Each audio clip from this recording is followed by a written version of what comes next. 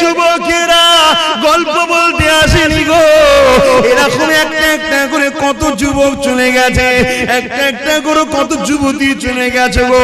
তোমার যৌবনটাকে আল্লাহর বিরুদ্ধে লাগাও না গো, তোমার এই ক্ষমতাটাকে রাসূলের বিরুদ্ধে লাগাও না গো, তোমার এই ক্ষমতাটাকে মিথ্যার পক্ষে লাগাও না গো, তোমার এই ক্ষমতাটাকে আল্লাহর ঘরের বিরোধীকারীদের পক্ষে লাগাও না গো। এ যুবকেরা রূপ যৌবন আল্লাহ দিয়েছে, বুড়িরা রূপ যৌবন আল্লাহ দিয়েছে, এটা আল্লাহর রাস্তায় লাগাও, আল্লাহর রাস্তায় খরচ করো, কেননা এই যৌবন বেশি দিন নয়, আবার তুমি বার্ধক্য হয়ে যাবে। এই বয়সে যে বেশি বেশি করে ইবাদত করো, আল্লাহকে সিজদা দাও, রোজা রেখে রেখে জিন্দেগি কাটা, কোরআন তেলাওয়াত করে করে যদি কাটা, রাসূলের মাহফিলে গিয়ে গিয়ে যদি কাটা, হালাল ইনকাম করে করে যদি কাটা, কারণ হালাল ইনকাম করাটা ইবাদত। গরিব এতিমদেরকে দান খায়রাত করে করে যদি কাটা, কোন মানুষ বিপদে পড়েছে তাকে অর্থ যদি দিতে নাও পারো গো, শরীর দিয়ে মেহনত করে তার যদি সহযোগিতা করতে পারো গো। এ যুবকেরা মনে রেখে দিও, কাল কিয়ামতের ময়দানে এত কঠিন জায়গা হবে। কি মনে করছো দুনিয়ায় সব জায়গায় দাদাগিরি দিয়ে পার হয়ে যাবে? লাঠির জোর আছে, প্রশাসনের জোর আছে, নেতার জোর আছে, সব জোর দেখে দুনিয়ায় চলে যাচ্ছ। মনে রেখে দিও আখিরাতে দেখাবে মনে করে রেখেছো না বন্ধু না। আল্লাহ কিয়ামতের দিন বলবে জাহান্নামকে, এ ফেরেশতা যা আমার জাহান্নামকে নিয়ে জার্সির পাশে বা ৭০,০০০ জিনজিল দিয়ে আল্লাহ জাহান্নামকে বাঁধাবে। আল্লাহ পাকের এক একটা জিনজিলেতে ওই জিনজিলে ৭০,০০০ বাঁধা হবে, এক একটা জিনজিলে ৭০,০০০ করে ফেরেশতা ধরে রাখবে, জাহান্নামকে ধরে রাখতে পারবে না গো। লম্বা লম্বা যে পার করে গুনাহগার করে ধরতে যাবে গো। ওই জমিনে আদম নবীও নফসি নফসি বলবে, মুসা নবীও নফসি নফসি বলবে, ঈসা নবীও নফসি নফসি বলবে। এ যুবকেরা তাহলে তোমার আমার কি দশা হবে সেদিন?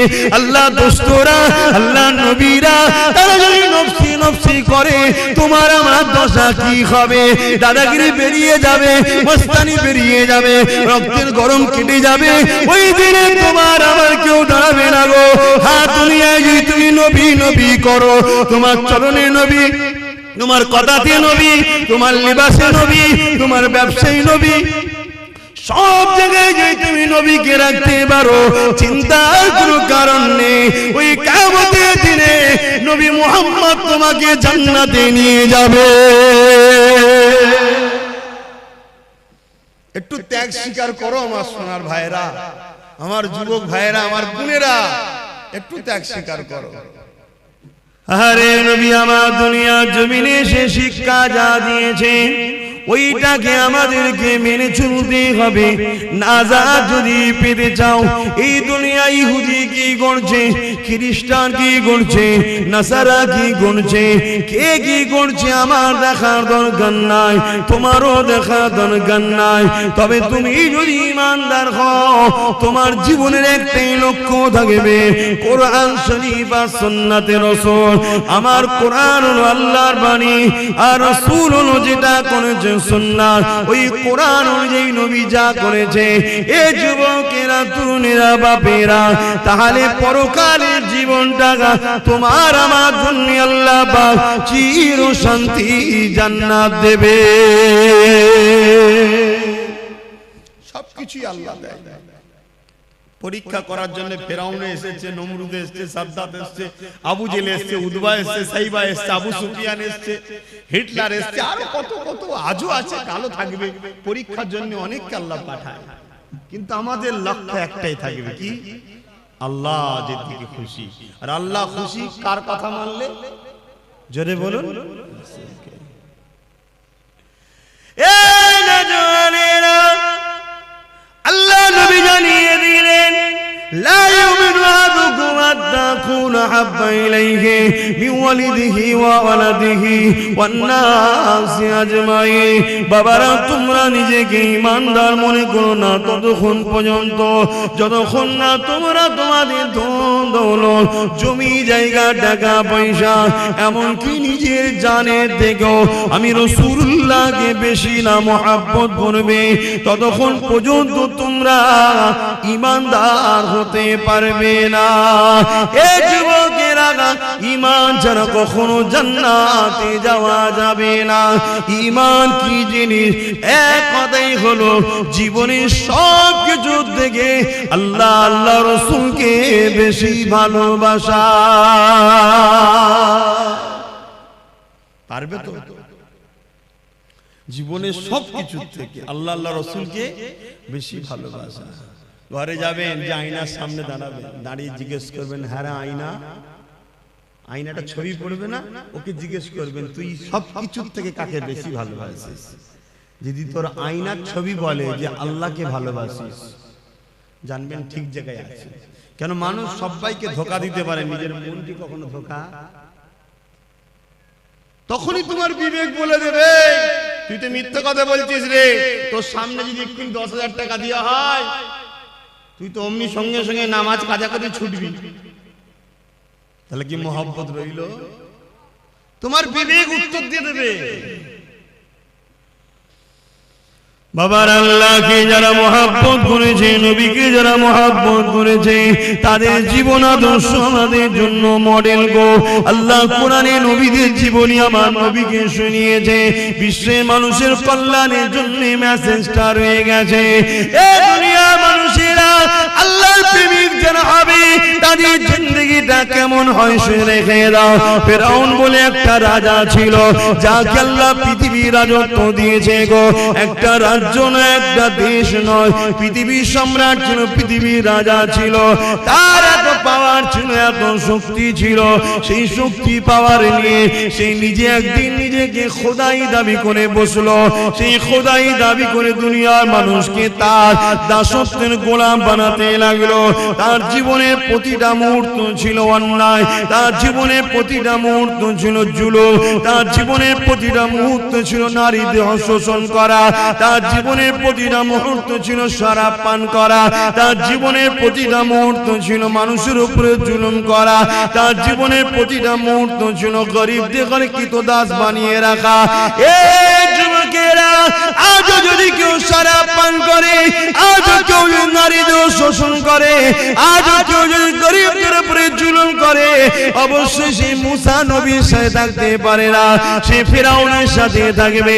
ইতিহাসের পাতা সাক্ষী দিয়ে দেয়, এই ফেরাউনের আমলে ফেরাউনের ঘরে একজন মেয়ে কাজ করত, যিনার নাম হল হযরতে মাসাত্তা। গরিব মেয়ে ছিল, যা তিনটে আল্লাহ সন্তান দিয়েছিল। স্বামী হারাই তিনটে সন্তানকে নিয়ে ফেরাউনের ঘরে লালন পালন করে কাজ কাম করে জীবন যাপন করত। কিন্তু এই মাসাত্তা অন্য মানুষের মতো ফেরাউনকে কিন্তু খোদা বলে মানে না। ওই মাসাত্তা অন্তরে অন্তরে এক আল্লাহকে মেনে নিয়েছিল। ইতিহাসগুলো আমাদের জন্য কিন্তু শিক্ষা দিয়ে যাচ্ছে, তাই তো নাকি? ইতিহাস আমাদের ঘরে কি শিক্ষা দেয়?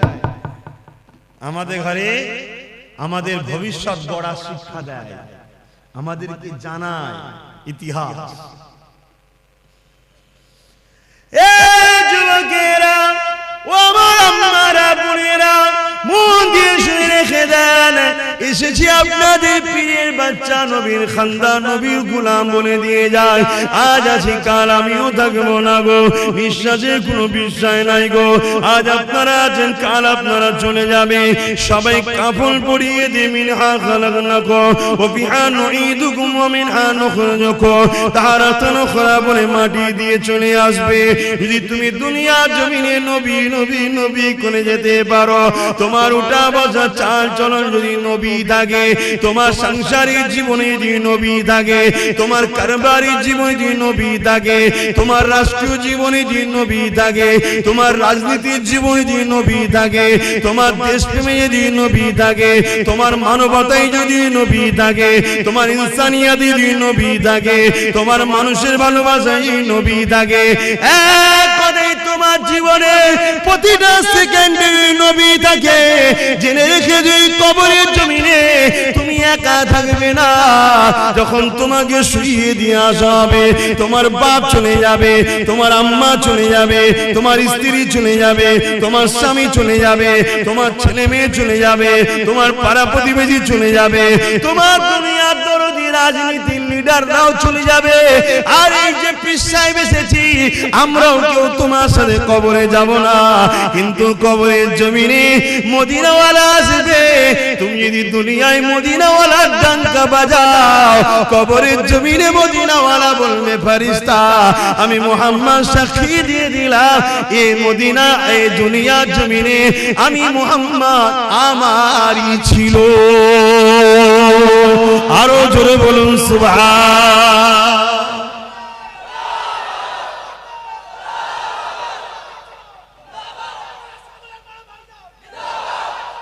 আল্লাহু আকবার। 15 থেকে 50 35টা বছরের জিন্দেগির জন্য জাহান্নাম কিনে নেবেন না আমার সোনার ভাইরা। করো, ব্যবসা করো, কারবার করো, কি বলো, সমাজ সেবা করো, অর্থনীতির সেবা করো, মানুষের পাশে দাঁড়াও, রাষ্ট্র পরিচালনা করো, সব করো, কিন্তু কোনটা করলে আল্লাহ খুশি, কোনটা করলে রাসূল খুশি, এটা মাথায় রাখো। কোনটা করলে আল্লাহ খুশি, রাসূল খুশি, ওটা করো। আর ইসলাম একটা কমপ্লিট জীবন ব্যবস্থার নাম। ইসলামে শুধু নামাজ, রোজা, হজ, যাকাতের মধ্যে সীমাবদ্ধ করবেন না। ইসলাম বা কোরআনে এমন কোন জিনিস নাই যে যার সমস্যার সমাধান নাই। যুবক শোনো, ভাই আমার, যুবতী বোনেরা শোনো, তোমার মতো হাজারো লাখো যুবক যুবতী এই দুনিয়া থেকে কবে চলে গেছে, যুবক বয়সে, এই যুবতী বয়সে চলে গেছে।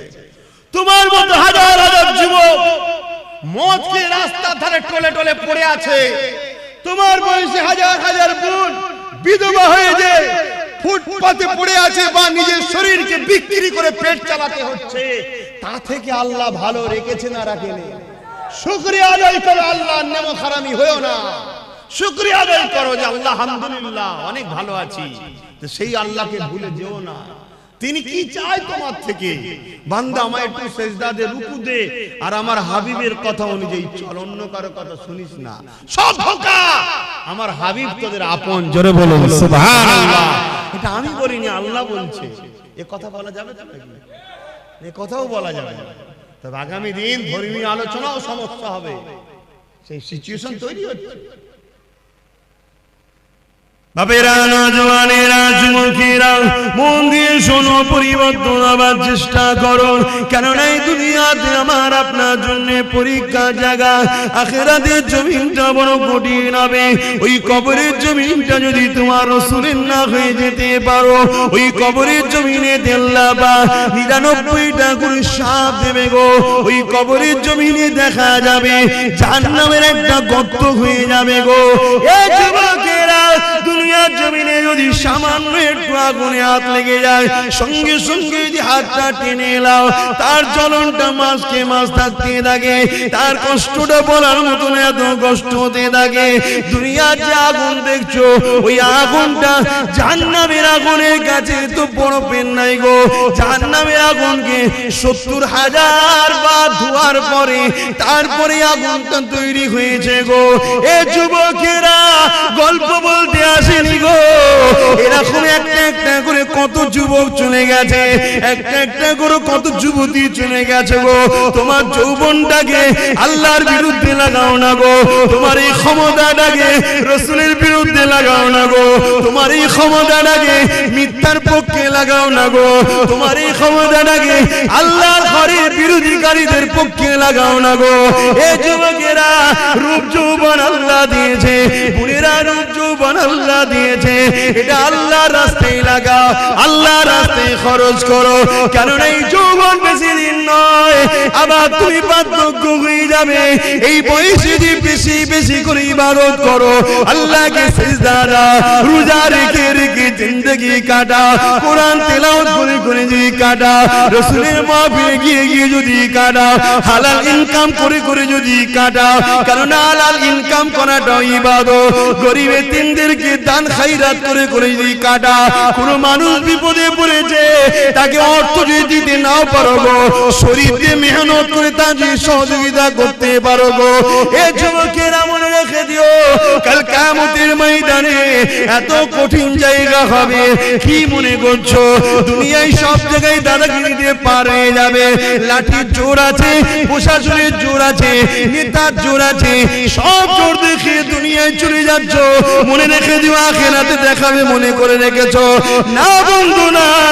আল্লাহ কিয়ামতের দিন বলবে জাহান্নামকে, এ ফেরেশতা যা আমার জাহান্নামকে নিয়ে যা, সিরবা পাশে বা 70,000 জিনজিল দিয়ে আল্লাহ জাহান্নামকে বাঁধাবে। আল্লাহ পাকের এক একটা জিনজিলেতে ওই জিনজিলে 70,000 বাঁধা হবে, এক একটা জিনজিলে 70,000 করে ফেরেশতা ধরে রাখবে, জাহান্নামকে ধরে রাখতে পারবে না গো। লম্বা লম্বা জয় পার করে গুনাহগার করে ধরতে যাবে গো। ওই জমিনে আদম নবীও নফসি নফসি বলবে, মুসা নবীও নফসি নফসি বলবে, ঈসা নবীও নফসি নফসি বলবে। এ যুবকেরা, তাহলে তোমার আমার কি দশা হবে সেদিন? আল্লাহ দোস্তরা, আল্লাহ নবীরা তারা যদি নফসি নফসি করে, তোমার আমার দশা কি হবে? দাদাগিরি বেরিয়ে যাবে, মস্তানি বেরিয়ে যাবে, রক্তের গরম কেটে যাবে। ওই দিনে তোমার আমার কেউ দাঁড়াবে না গো। হ্যাঁ, দুনিয়ায় যদি তুমি নবী নবী করো, তোমার চরণে নবী, তোমার কথাতে নবী, তোমার লিবাসে নবী, তোমার ব্যবসায়ী নবী, সব জায়গায় যে তুমি নবীকে রাখতে পারো, চিন্তার কোনো কারণ নেই। ওই কিয়ামতের দিনে নবী মুহাম্মদ তোমাকে জান্নাতে নিয়ে যাবে। একটু ত্যাগ স্বীকার করো আমার সোনার ভাইরা, আমার যুবক ভাইরা, আমার বোনেরা, একটু ত্যাগ স্বীকার করো। কেন তোমরাই কিন্তু সবকিছুর মূল। এখন আগামী দিন তোমাদের বাচ্চারা পশ্চিম বাংলা এবং ভারতে কোরআন, মসজিদ, মাদ্রাসা নিয়ে জলসা মাহফিল নিয়ে, আল্লাহ নিয়ে, রাসূল নিয়ে মাথা তুলে বাঁচতে পারবে কি পারবে না, সেই পরিবেশটা তৈরি করা মুসলমানদের ঘরের যুবক তোমাদেরই দায়িত্ব। তোমার ধর্ম তুমি পালন করো, তোমার মসজিদে তুমি যাও, তোমার মাদ্রাসায় তুমি আসো, তুমি এখান থেকে দিন শেখো, এই মাদ্রাসা বানাও, এখানে তুমি আসো, একে পিয়ার করো, তাহলে তোমার বাচ্চা কিন্তু তোমায় দেখে দেখে শিখবে। সর্বপ্রথম শিক্ষা কিন্তু দেখে শিক্ষা, তাই তো নাকি গো? আর তুমি যদি দুনিয়ায় রাসূল ছেড়ে দাও, তাহলে কিয়ামতের দিন রাসূল পাবে মনে হয়? কি গো বলছেন না কেন? রাসূল পাবেন। আমার আলোচনায় অসুবিধা হচ্ছে যুবকদের? আল্লাহর রাস্তায় বোঝো। আর তোমরা যুবক যত মাহফিলে ভিড় করবে, তত ইবলিসের মাথায় বাজ পড়বে। 1 লক্ষ বুড়ো মাহফিলে ভিড় করলে ইবলিসের অত টেনশন নেই। বাপেরা খারাপ নেবেন না, হাকিকতটা বুঝাচ্ছি, কারণ আপনারা একদিন যুবক ছিলেন। 1 লক্ষ যুবক মুরব্বী বাপ মা যদি মাহফিলে ভিড় করে, ইবলিসের অত টেনশন নেই। কিন্তু 10,000 যদি বোন আর ভাই যদি মাহফিলের দিকে খেয়াল করে, ইবলিসের মাথায় বাজ পড়ে যাবে। উরি সর্বনাশ, উরি সর্বনাশ। কেন? ও জানে মুরব্বী বাপটা আর হয়তো 2-5 বছর, কথা বুঝছেন না? তারপরেই কিন্তু ওর পর থেকে লিবার কেউ নেই, ওখানে ইসলাম শেষ। কিন্তু যুবকটা যখন এখন আসছে, এই বয়সে ওর ছেলেটা ওর সাথে আসবে, তার মানে এখন 100 বছর 150 বছর চলবে, কথা বুঝছেন না? এই জন্য তোমাদেরকে আল্লাহর রাস্তায় বলছি, তোমাদেরকে হাজারো চক্রান্তে জড়িয়ে রাখা হবে, শুধুমাত্র উদ্দেশ্য আল্লাহ থেকে সরাও, রাসূলের থেকে সরাও। আরে আব্বাস সিদ্দিকী কে? আব্বাস সিদ্দিকী পৃথিবীর বুকে একটা ছোটখাটো নগণ্য নবী, দ্বীনের খাদেম, অন্য কিছু নয়। সামান্য খাদেম, আমার থেকে তোমাকে কেউ সরাতে চায় না, তোমাকে সরাতে চাইছে রাসূল থেকে, আল্লাহ থেকে। হ্যাঁ, গর্বের সাথে বলছি, আব্বাস সিদ্দিকের জীবনের একটাই লক্ষ্য, দুনিয়ায় তুমি রাসূলের থাকো, আখিরাতেও তুমি রাসূলের থাকো। তাই আমার থেকে তোমাকে সরাতে পারলে রাসূল থেকে তোমাকে দূরে রাখা যাবে, এই কারণে কারণ তুমি আমার কাছে এলেই নবী ধরাবো, তাই তোমাকে ডিস্টার্ব করা হবে। আমার জীবনে একটাই কথা, তুমি আসো, সভ্যতার সঙ্গে আসো, মর্যাদার সঙ্গে আসো, নম্রতার সঙ্গে আসো, ইনসানিয়াত করো, ইনসাফ করো, ন্যায় প্রতিষ্ঠিত করো, মানুষকে প্যার করো, ভালোবাসো, নামাজ আদায় করো, রোজা আদায় করো, হজ আদায় করো, যাকাত দাও, মানুষের খেদমত করো, মা বাপকে প্যার করো, নিজের পরিবার স্ত্রীকে নিয়ে হাসি খুশিতে থাকো, পর নারীর দিকে খাকু নজরে তাকাওনি, তোমার পরিবারকে সময় দাও, তোমার বাচ্চাকে সময় দাও। আর মা বোনেরা, স্বামী ছাড়া অন্য কেউ নয়, তোমার স্বামী আপন স্বামীর দিকে তাকিয়ে থাকো। এই তো কথা বলি নাকি? যুবকরা বোঝার চেষ্টা করো। আরে প্রেম যদি করে যেতে পারো, কিয়ামতে কোনো চিন্তা থাকবে না।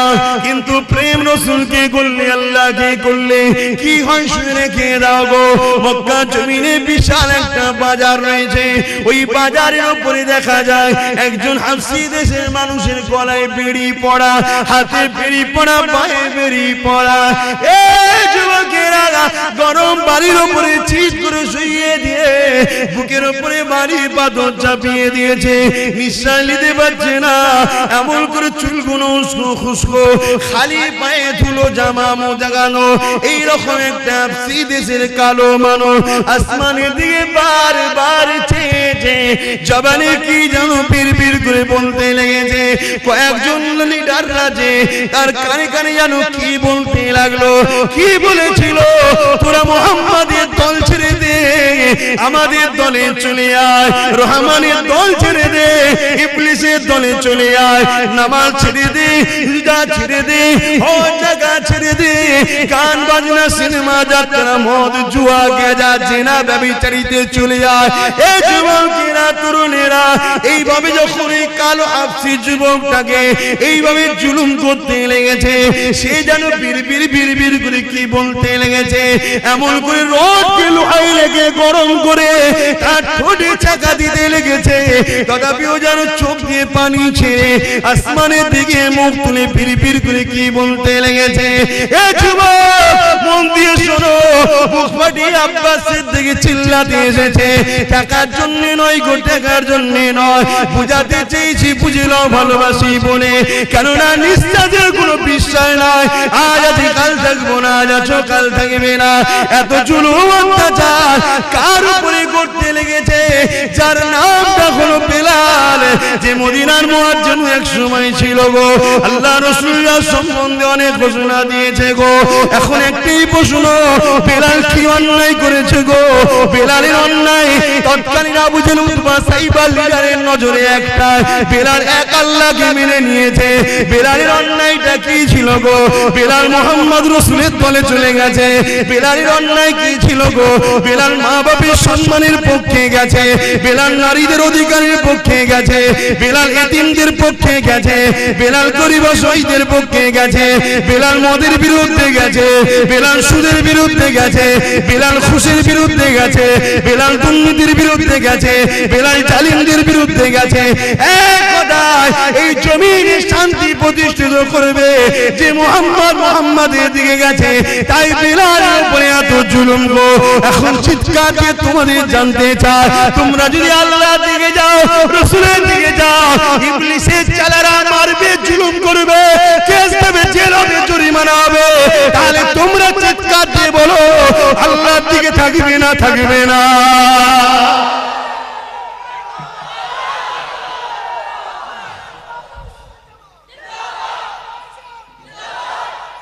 আল্লাহু আকবার। পারবে বেলালের মতো মার খেতে? সে পরীক্ষা নেবে না, আল্লাহ চিন্তা নেই, সে নিলে তো আমাদের ইমানের সব দিক দিয়ে পালাবে, অবস্থা বুঝেই নেবে, চিন্তা নেই। তবে আল্লাহ যাকে ভালোবাসে একটু পরীক্ষা করবে না, করবে না? তুমি পরীক্ষা করো না? তোমায় কেউ যদি বলে ভালোবাসে, পরীক্ষা করো না? তুমি কেউ নয় যদি পরীক্ষা নিতে পারো, সবকিছুর মালিক যিনি, তিনি পরীক্ষা নেবে না, দুটো হাত দিলাম, দুটো চোখ দিলাম, দুটো কান দিলাম, দুটো পা দিলাম, নিঃশ্বাস দিলাম, আজও বাঁচিয়ে রেখেছি।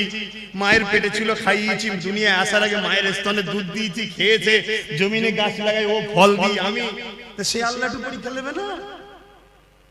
পরীক্ষা যেই নেবে উনি মন খারাপ করলে হবে? তবে হ্যাঁ, আমাদের জন্য তো অনেক ফেসিলিটি আছে, যে ফেসিলিটিটা সাহাবারা পায়নি বা অন্যান্য নবীরা পায়নি, আমরা কিন্তু অনেক ফেসিলিটি পেয়েছি। কি? আমার রাসূল জানিয়ে গেছে। যদি ভয় লাগে অন্তরে অন্তরে মানো, চুপচাপ থাকো, বুঝতে দিও না কাউকে তুমি আল্লাহ মানো, রাসূল মানো, চুপচাপ থাকো। তুমি ন্যায়ের দিকে, সত্যের দিকে, আল্লাহর দিকে, রাসূলের দিকে, ইনসাফের দিকে আছো, কাউকে বুঝতে দিও না, চুপচাপ থাকো। এ তো ফেসিলিটি আগে ছিল না, নবী তো হাদিস বলে গেছে তাই পেয়েছি। কিন্তু তাদের উপরে কি জুলুম হয়েছিল! হ্যাঁ, আজকে এত মা বোন, আহা, আজকে ঘরে কারো অভাব নেই, তারপরও ফিরি পেলে সব ছুটছে, সব ছুটছে, পর্দা জর্দা হয়ে যাচ্ছে।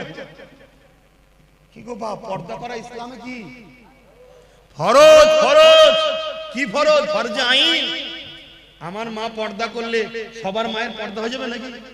না, এত বড় ফরজ, যেখানে জান্নাতের দরজায় লেখা আছে দাইয়ুসু লা ইয়াদখুলুল জান্নাত, দাইয়ুস কোনদিন জান্নাতে যেতে পারবে না। দাইয়ুস কে? যে মুখমণ্ডল, হাতের গাঁটের বাইরের অংশ, পায়ের গাঁটের নিচু অংশ ছাড়া বাকি জায়গাটাকে কোন অংশই দেখা যায় পরপুরুষের নজরে, ওইটাই হলো দাইয়ুস।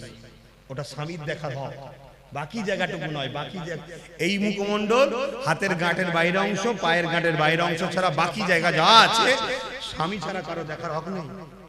কথা বুঝে আসছে? আজকে আমরা কি করছি? এই ওয়াজ করলে আমার মা বোনের হয়তো অনেক মনে করতে পারবে তোমাকে এসব ওয়াজ করতে হবে না, আমার ইচ্ছা আমি যা খুশি করো। মা, ইচ্ছা বলে কিছু নেই, আমার বলে কিছু নেই। আব্বাস সিদ্দিকী যা চিল্লাচ্ছে, আব্বাস সিদ্দিকী নয়, জবান দিয়েছে আল্লাহ, আমার নয় গো মা, ব্যবহার করতে দিয়েছে, সময় হবে কেড়ে নেবে। এই হাত আমার নয়, আল্লাহ দিয়েছে। চোখ আমার নয়, আল্লাহ দিয়েছে। কান আমার নয়, আল্লাহ দিয়েছে। এই কিডনি আমার নয়, আল্লাহ দিয়েছে। নিঃশ্বাস যে টানছি আমার ক্ষমতা নয়, মা আল্লাহ দিয়েছে, আল্লাহ দিয়েছে। আল্লাহ, মা তোমাকেও সুন্দর করেছে, বোন তোমাকেও সুন্দর করেছে, আল্লাহ বিভৎস করে দেয়নি।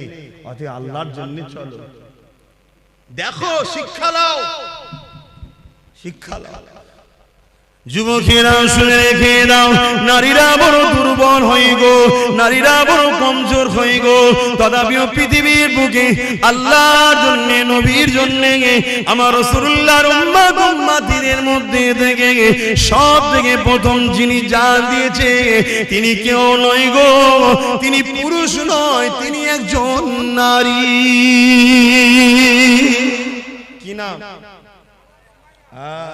সবই তো আল্লাহ করে জানো, তো মায়েদের মতো কেন হচ্ছ না? বোন মায়েরা এই মায়েদের মতো।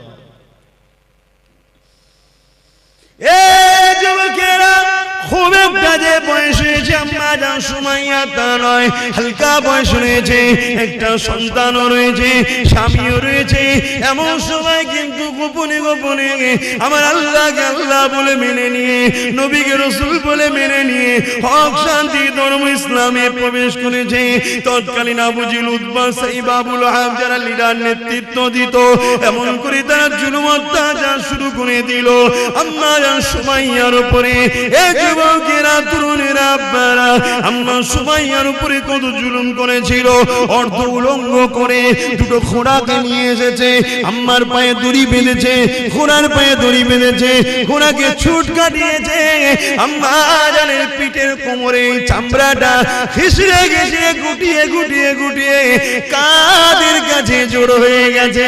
যুবকরা ভেবে দেখো তো দেখি, সামান্য একটু চৌদা গালে খেয়ে যেতে লেগেছ, তাহলে আম্মার উপরে কি জুলুম হয়েছে। আম্মা এই অবস্থাতেও আম্মার বুকে আবার ভারী পাথর চাপিয়ে দিয়েছে, গরম মরুভূমির বাড়িতে পিঠের গোশত সেদ্ধ হয়ে যাচ্ছে। এই অবস্থাতে বলেছিল, এ সুমাইয়া, আল্লাহর নবীর দল ছেড়ে দে, আমাদের দলে চলে আয়। আম্মা সুমাইয়া বলেছিল, রে জালিম, জান একদিন বেরিয়ে যাবে, কিন্তু আমি আমার আল্লাহ আল্লাহ রাসূলকে ছাড়বো না। এ যুবকেরা, তরুণেরা আব্বারা এমন করে এক বল্লম নিয়ে আম্মা সুমাইয়ার অন্তরে আঘাত করে দিল।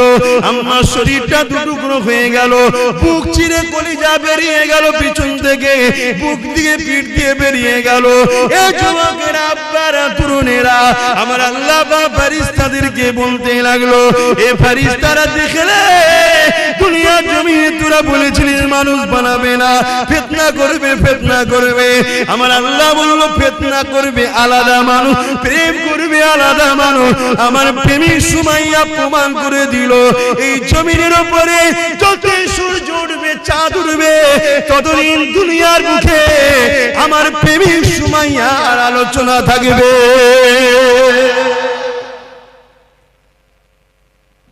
আজকে আব্বাস সিদ্দিকীকে আলোচনা করতে হচ্ছে, আল্লাহর প্রেমিক। বলো সে আল্লাহর রাসূলের প্রেমিক হতে পারবে তো নাকি গো? জান মাল সব দিয়ে প্রেমিক হতে হবে। দুনিয়ায় কারো কথা শুনলে চলবে না, আমাদের ঘরে মুহাম্মদ রাসূল এবং আল্লাহর কথা শুনে চলতে হবে, তাই তো নাকি? তাহলে বলুন জীবনের শেষ নিঃশ্বাস পর্যন্ত নিজেদের জান মাল দিয়ে আল্লাহ আল্লাহ রাসূলের জন্য কারা নিজের জীবনকে উৎসর্গ করতে পারবেন? হাত তুলে দেখান। নারে তাকবীর, নারে তাকবীর।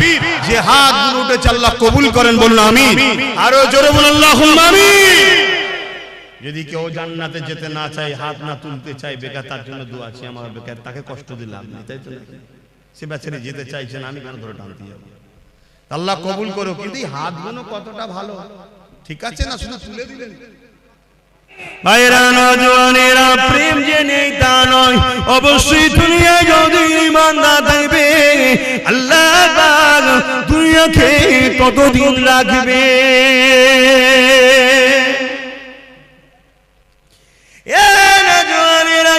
আল্লাহ নবী একদিন কাবা শরীফের পাশে সিজদায় পড়ে যে কাঁদতে লেগেছে। মন দিয়ে শুনেন, মন দিয়ে শোনেন, শুনছেন তো? আল্লাহ নবী দিন দুনিয়া বাসাবিল্লাহ জনাবে মুহাম্মদ রাসূলুল্লাহ সাল্লাল্লাহু আলাইহি ওয়াসাল্লাম নবী আমার কাবা শরীফের পাশে সিজদায় পড়ে কাঁদে। আমার আল্লাহ ওই সময় হযরত জিবরাইল সাল্লামকে পাঠিয়ে দিলেন, আমার হাবিবি চাল কেন আমার হাবিব কাঁদে জিজ্ঞাসা করে আসুন।